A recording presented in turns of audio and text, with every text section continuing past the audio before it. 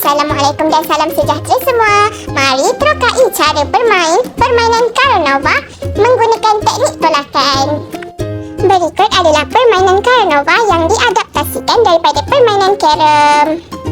Kita boleh lihat terdapat beberapa elemen bahan dalam permainan Carnova ini. Antaranya termasuklah coins atau nama lainnya buah sasaran, striker dan juga papan permainan. Untuk makluman semua, pemain akan memperoleh 5 striker hitam setiap seorang dan 3 coins biru atau 3 coins jingga. Pemilihan warna coins adalah berdasarkan persetujuan pemain. Baiklah, kita lihat sama-sama. Coins atau nama lainnya buah sasaran perlu disusun di bahagian tengah secara rawak mengikut strategi yang dirancang oleh pemain. Pemain perlu menyusun striker masing-masing di atas permukaan yang dilabel dengan warna merah jambu. Mari kita saksikan video cara bermain untuk pusingan pertama.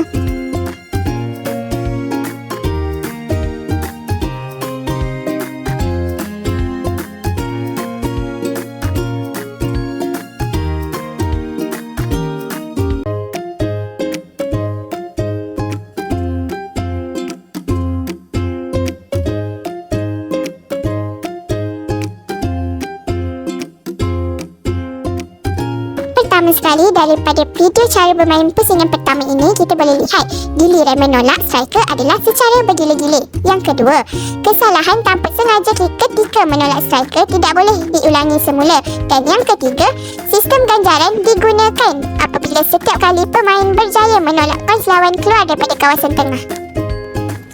Jadi, untuk pusingan pertama ini, kita boleh lihat kedua-dua coins pihak lawan berada di tengah, iaitu jingga 1 dan biru 1. Ini menandakan permainan ini seri. Kesemua striker kedua-dua telah ditolak, menandakan permainan sudah tamat.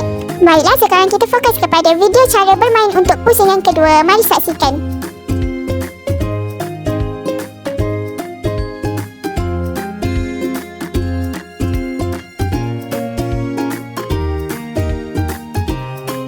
Baiklah, bagi video cara bermain untuk pusingan kedua, kita boleh lihatlah striker atau coins yang terkeluar daripada kawasan tidak boleh diambil semula.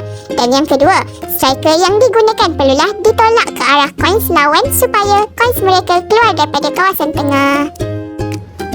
Untuk pusingan kedua, kita boleh lihat hanya coins berwarna biru yang berada di tengah.